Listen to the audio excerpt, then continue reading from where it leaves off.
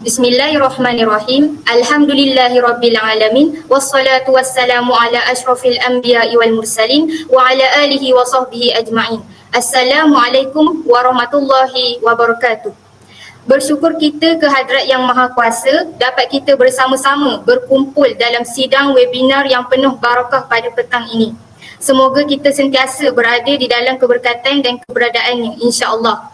Baiklah, saya selaku moderator pada hari ini, Nur Aina Nasuha binti Sofian daripada PPISMP Ambilan Jun 2023 Option Pendidikan Islam. Yang dihormati pensyarah mata pelajaran Sirah Nabawiyah dan Tarikh Islami Puan Najati binti Jalil, para penonton serta para hadirin yang dihormati oleh Allah sekalian. Sebelum memulakan perbincangan ilmiah ini, marilah kita mengenali barisan cendekiawan panel kita pada hari ini.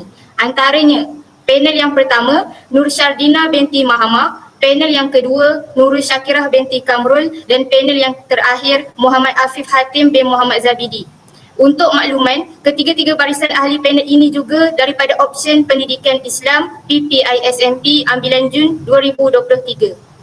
Jadi, wajarlah sekiranya kita memulakan diskusi kita pada hari ini. Antara kandungan yang akan dibincangkan ialah berkaitan sejarah kegemilangan pemerintahan pada zaman Khulafa' Ar-Rasyidin.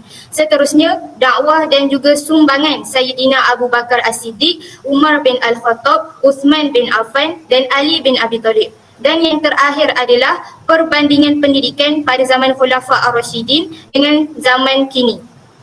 Oleh itu, izinkan saya untuk memberikan sedikit bayangan ataupun pengenalan tentang tajuk yang akan bersama-sama kita bincangkan pada petang yang mulia ini. Seperti yang kita tahu, pada zaman Khulafa' Ar-Rasyidin ini telah diterajui oleh 4 orang khalifah, iaitu Sayyidina Abu Bakar, Umar, Uthman dan juga Ali. Jadi, mereka ini adalah penerus kepada pemerintahan Islam yang dibawakan oleh Nabi Muhammad SAW. Selain itu, pentadbiran pada zaman ini juga dikatakan antara contoh yang paling terbaik di dalam Islam selepas zaman Nabi Muhammad SAW. Oleh itu, mereka ditugaskan dalam memelihara agama dan syariah Islam daripada segi undang-undang, meninggalkan larangan Allah dan sebagainya. Oleh itu, tanpa membuang masa, saya mempersilakan ahli panel yang pertama iaitu Nur Syardina binti Mahamah untuk menceritakan dakwah serta sumbangan pemerintahan para khulafa' pada zaman kini. Dipersilakan. Assalamualaikum warahmatullahi wabarakatuh. Pertama sekali, terima kasih ucapkan kepada saudari moderator webinar kita pada petang ini, iaitu saudari Nur Aina Nasuha, dan salam sejahtera saya ucapkan kepada dua lagi panel kita yang turut hadir pada malam ini untuk mengupas bersama-sama dengan kita berkaitan dengan tajuk Zaman Kegemilangan Khulafa' Ar-Rasyidin, iaitu saudari Nurul Syakirah dan saudara Muhammad Afif Hatim. Baiklah, tanpa membuang masa, marilah sama-sama kita melihat kembali fokus perbincangan kita. Saudara-saudari sekalian, pemerintahan Khulafa' Ar-Rasyidin mula diperintah oleh Khalifah Abu Bakar As-Siddiq. Nama sebenar beliau adalah Abdullah bin Abi Quhaifah Utsman bin Umar bin Ka'ab. Beliau dilahirkan pada tahun 572 Masihi, iaitu 2 tahun selepas kelahiran Nabi. Beliau ni digelar sebagai As-Siddiq, yang mana ianya bersesuaian dengan sikap beliau yang sentiasa membenarkan tindakan serta apa yang disampaikan oleh Rasulullah sallallahu alaihi wasallam. Okay, jadi Sayyidina Abu Bakar ni dia telah dilantik menjadi khalifah pertama umat Islam dan memulakan tempoh pemerintahannya pada 11 Hijrah sehinggalah 13 Hijrah, iaitu selama 2 tahun, dan beliau juga dikatakan wafat pada umur 63 tahun. Saudara-saudari sekalian, semasa tempoh pemerintahan Sayyidina Abu Bakar As-Siddiq ni terdapat banyak usaha dan usaha dakwah dan sumbangan beliau yang dilakukan bagi menjaga keamanan dan ketenteraman umat Islam khususnya. Seperti yang kita lihat, Abu Bakar As-Siddiq telah berusaha dan juga telah berusaha menentang gerakan Ar-Ridah, yang mana gerakan ini merupakan gerakan yang mula timbul apabila puak-puak Arab ni dia memberontak dan menentang khalifah, iaitu menentang pelantikan Abu Bakar ni lah. Jadi ia terdiri daripada beberapa golongan, iaitu golongan yang enggan membayar zakat, golongan yang kembali menyembah berhala dan mengikut tradisi lama, serta golongan yang mengaku menjadi Nabi ataupun dikenal juga sebagai Nabi palsu. Jadi masalah ni, golongan-golongan ni dikatakan telah menggugat kestabilan dan keamanan umat Islam. Jadi Saidina Abu Bakar Siddiq ni mengambil inisiatif untuk menyelesaikan isu ini dengan melancarkan peperangan terhadap golongan-golongan ini. Jadi golongan-golongan ini telah berjaya dihapuskan, termasuklah juga Musailamah Al-Kazab, iaitu merupakan salah seorang nabi palsu pada ketika itu. Dia telah ditewaskan oleh Khalid bin Al-Walid pada ketika itu. Jadi melancarkan peperangan ini merupakan satu cara untuk menyelamatkan umat Islam. Selain itu, pada tempoh pemerintahannya juga, Saidina Abu Bakar ni telah menyumbang dan melaksanakan dakwah dengan melakukan perluasan kuasa, yang mana beliau telah menyebarkan syiar Islam ke seluruh semenanjung tanah Arab seperti negara besar Rom, Parsi dan Syria. Rom ni dikatakan sebuah kerajaan yang besar dan kuat yang menguasai Mesir. Jadi penduduk dia tu terdiri daripada pelbagai kaum dan beragama Kristian. Di Rom ni pemerintahan dia tu zalim. Jadi penduduk dia memberontak. Keadaan tu dia membantu untuk memudahkan pertapakan Islam di sana. Sama juga keadaan di Parsi. Jadi penalukan tu merupakan satu tanda perluasan kuasa Islam yang pertama pada zaman pemerintahan Saidina Abu Bakar. Okay, jadi bukan itu sahaja, Saidina Abu Bakar juga turut melakukan kegiatan pembukuan Al-Quran, yang mana ia meminta Saidina Umar bin Al-Khattab untuk mengumpul semula ayat-ayat Al-Quran yang terdapat. Sebab waktu tu ramai para penghufaz yang mati syahid dalam peperangan. Jadi pengumpulan ayat Al-Quran ini dilaksanakan oleh kumpulan yang diketuai oleh Zaid bin Sabit. Jadi setelah dikumpulkan sepenuhnya, ia diberi dan disimpan oleh Hafsah, iaitu isteri kepada Rasulullah. Dan pada zaman pemerintahan Uthman bin Affan, Al-Quran ini pun telah dibukukan sepenuhnya dan dikenali sebagai Mushaf Utsmani dan menjadi dasar penulisan teks Al-Quran sehinggalah kini. Okey, jadi akhir sekali, Saidina Abu Bakar juga ada menggiatkan usaha dalam menentukan bakal khalifah. Dia melakukan penamaan pengganti beliau, iaitu Saidina Umar Al-Khattab, melalui perundingan dengan para sahabat. Jadi dengan melakukan perundingan ni, tidak mendapat bantahan langsung daripada para sahabat, dan beliau juga ada mengarahkan Saidina Uthman untuk menuliskan keputusan tersebut. Jadi dengan usaha dan cara yang ditunjukkan ini, beliau berjaya mengukuhkan lagi kedudukan politik dalam Islam ketika itu. Saidina Abu Bakar juga ada meneruskan gerakan tentera yang mana ketika pemerintahannya. Jadi sebelum Nabi wafat ni, baginda ada membentuk satu pasukan tentera yang diketuai oleh Usamah bin Zaid ke sepadan Syam untuk menyerang Ghassan yang ketika itu di bawah jajahan Bizantin. Jadi tindakan ini dilakukan kerana ramai utusan Nabi telah terbunuh. Jadi selepas wafat Nabi, Saidina Abu Bakar ni pun berhasrat untuk sambung semula usaha tersebut. Peperangan berlangsung selama 40 hari dan Islam pun berjaya memperoleh kemenangan. Jadi Saidina Abu Bakar ni walaupun dia hanya memerintah selama 2 tahun, tetapi kalau dilihat dia banyak menyumbang terhadap perkembangan Islam dalam pemerintahan Khulafah Ar-Rasyidin. Baiklah, saya teruskan lagi pembincangan kita pada petang ini dengan berkongsi berkaitan dengan pemerintahan khalifah kedua, iaitu Saidina Umar Al-Khattab. Saidina Umar Al-Khattab ni, sebagaimana kita tahu, dia dilantik melalui perundingan yang dilakukan oleh Saidina Abu Bakar. Jadi Saidina Umar ni nama sebenarnya adalah Umar bin Al-Khattab bin Nufail bin Abdul Uzza. Dia dilahirkan di Mekah pada tahun 584 Masihi. Dia merupakan khalifah kedua umat Islam yang memerintah Khulafah Ar-Rasyidin bermula pada 13 Hijrah hinggalah 23 Hijrah, iaitu 10 tahun 6 bulan. Dia ni dikatakan beliau ni dikatakan wafat pada tahun 23 Hijrah, iaitu berumur 63 tahun. Jadi ketika pemerintahan Umar ni terdapat banyak sumbangan dan usaha dakwah yang dilakukan. Antaranya ialah pembentukan Majlis Syura. Majlis Syura ni adalah majlis perunding yang tertinggi pada ketika itu. Dia terbahagi kepada dua, iaitu Majlis Syura tertinggi dan Majlis Syura Am. Jadi Majlis Syura ni dia akan bincangkan hal-hal yang berkaitan dengan masalah politik, keselamatan dan sosial negara, serta juga dia akan bertanggungjawab menentukan polisi negara dalam soal pemerintahan dalaman dan pihak luar. Jadi melalui pembentukan ni, Khalifah Umar dia dapat mengetahui segala masalah negara dalam semua segi dan aspek. Jadi dia juga dapat membuka peluang kepada rakyat untuk kemukakan fikiran dan cadangan untuk kebaikan dan keadilan Islam. Seterusnya, jika dilihat lagi ketika tempoh pemerintahan ini juga, kemantapan pentadbiran Saidina Umar dilihat jelas apabila beliau juga ada membuat penambahbaikan sistem cukai dan sistem pertahanan serta mengusahakan penubuhan Baitul Mal. Penubuhan Baitul Mal ini bertujuan untuk menguruskan ekonomi umat Islam dan harta kerajaan itu sendiri, yang mana sumber-sumber keuangan pada ketika itu didapati melalui pembayaran zakat, ghanimah, jizyah dan juga usyur.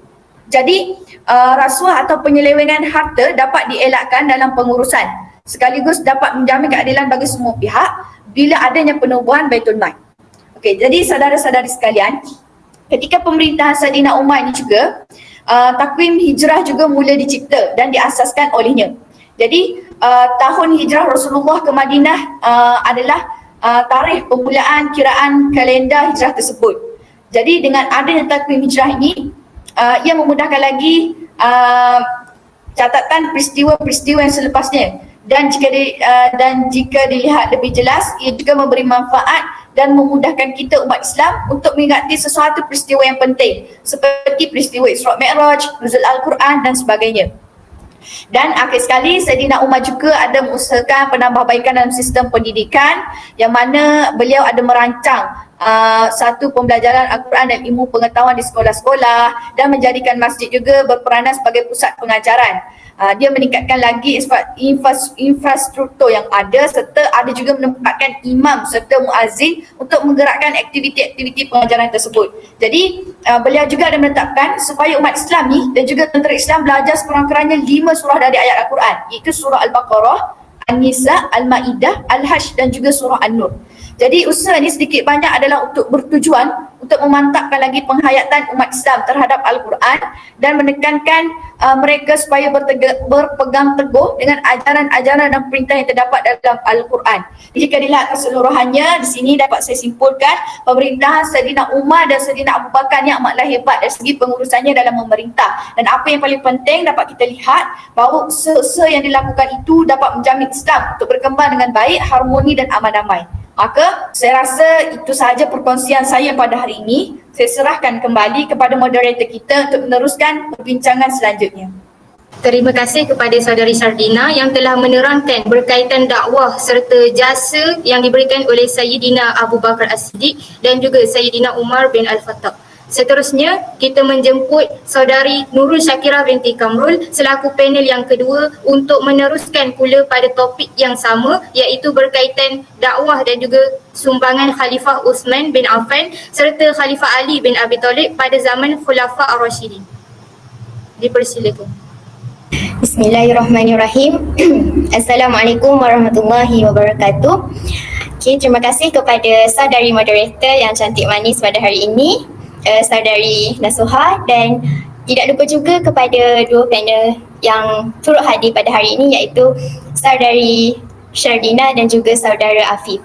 Okey, baiklah, saya akan meneruskan perbincangan ini dengan khalifah yang ketiga, iaitu Khalifah Uthman bin Affan.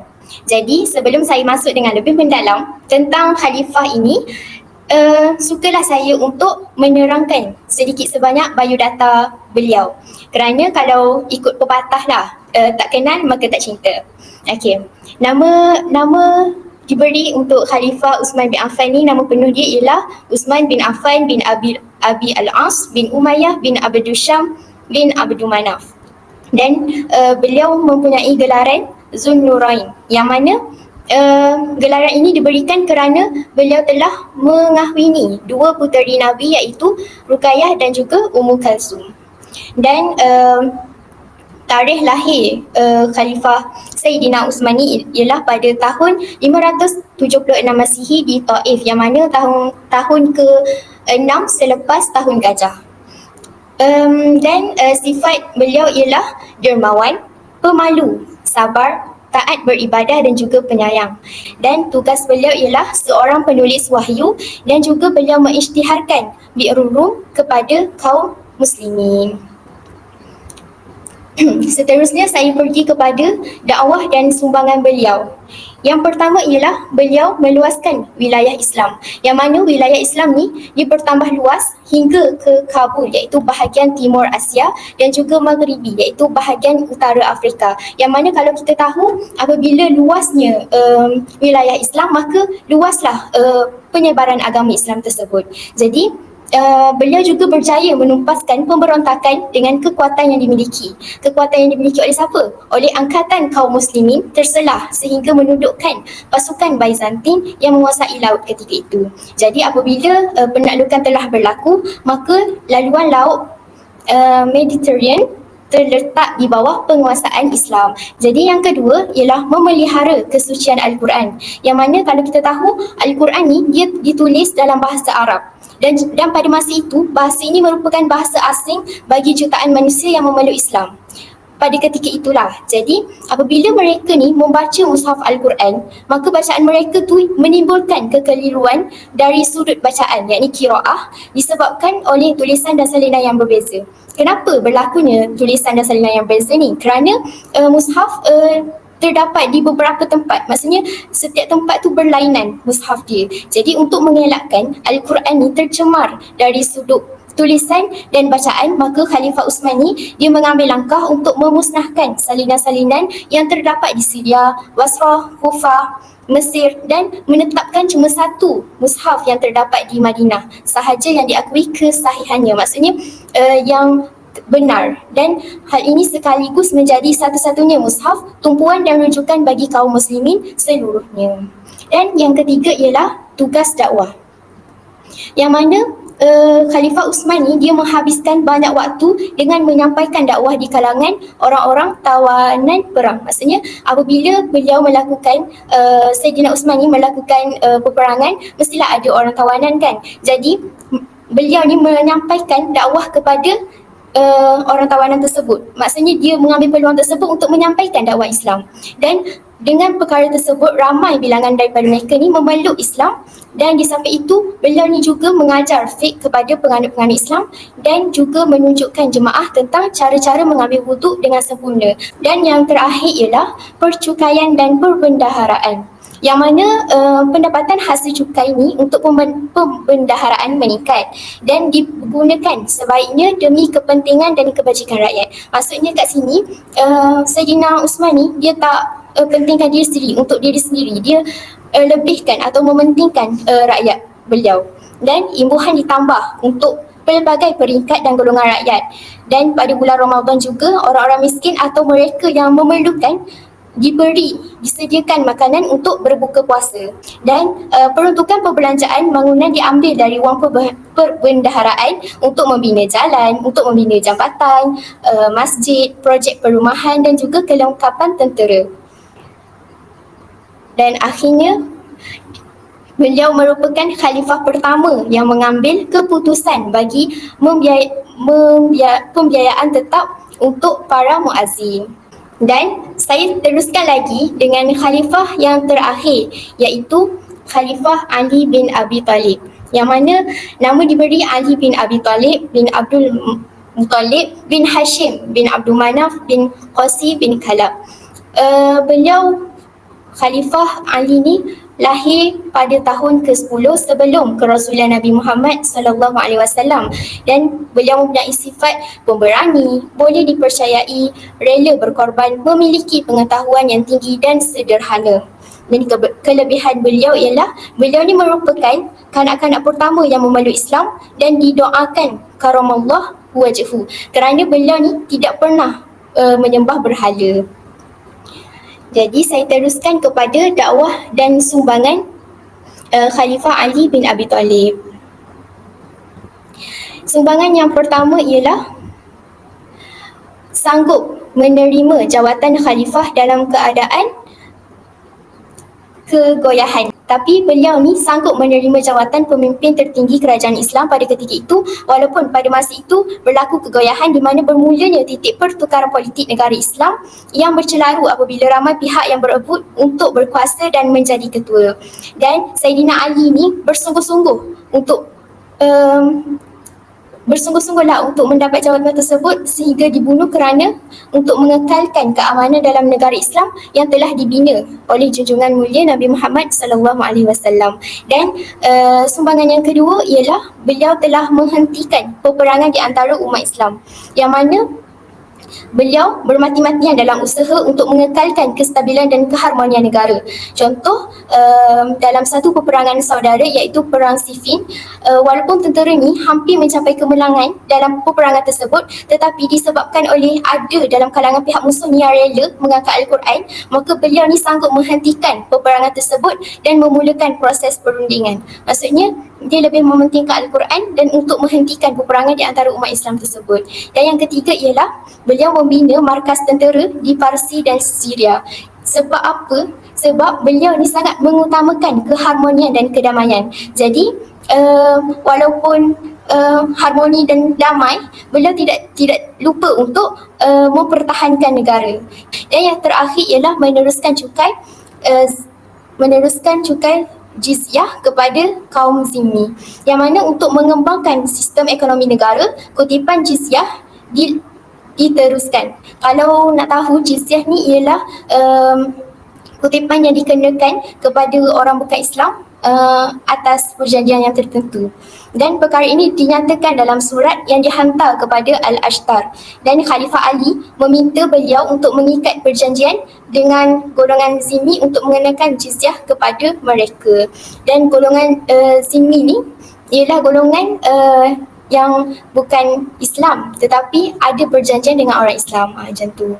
Jadi itu sajalah kupasan saya tentang kedua khalifah, iaitu Khalifah Uthman dan juga Khalifah Ali untuk topik ini. Jadi saya serahkan semula kepada moderator pada hari ini.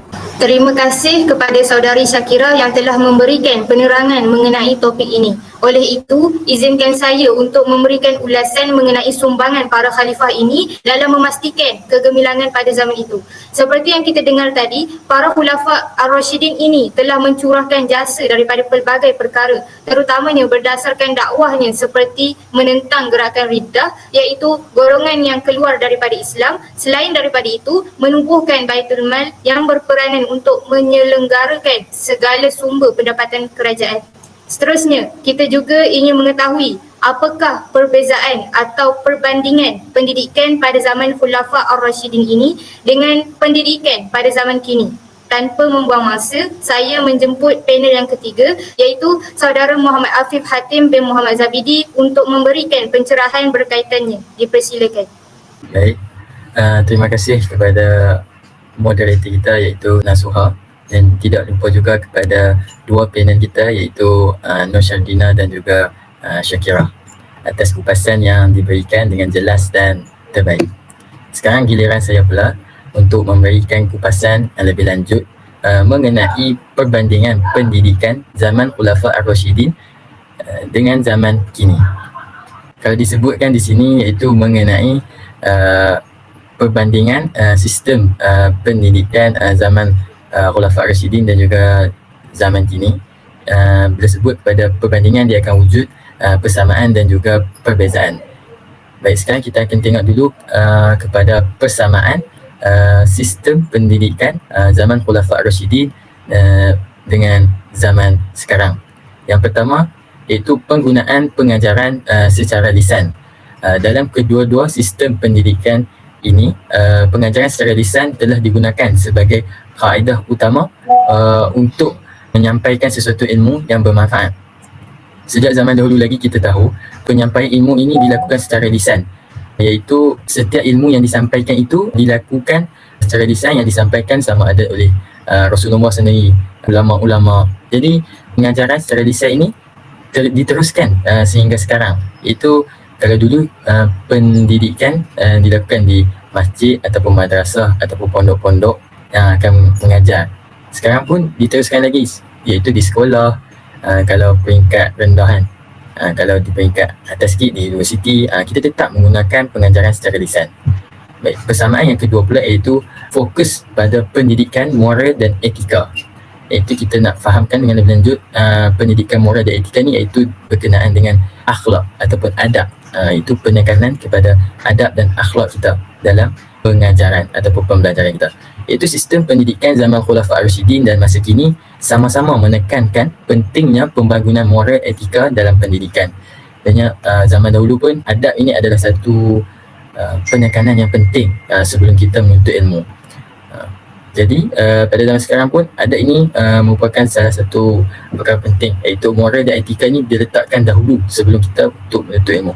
Sebagai contoh, sifat-sifat Nabi yang telah kita belajar dahulu, iaitu amanah, fatonah, tabligh, as-siddiq, iaitu bercakap benar, apa semua itu. Baik, seterusnya mari kita lihat kepada perbezaan sistem pendidikan Khulafa' Ar-Rasyidin dengan sistem pendidikan sekarang.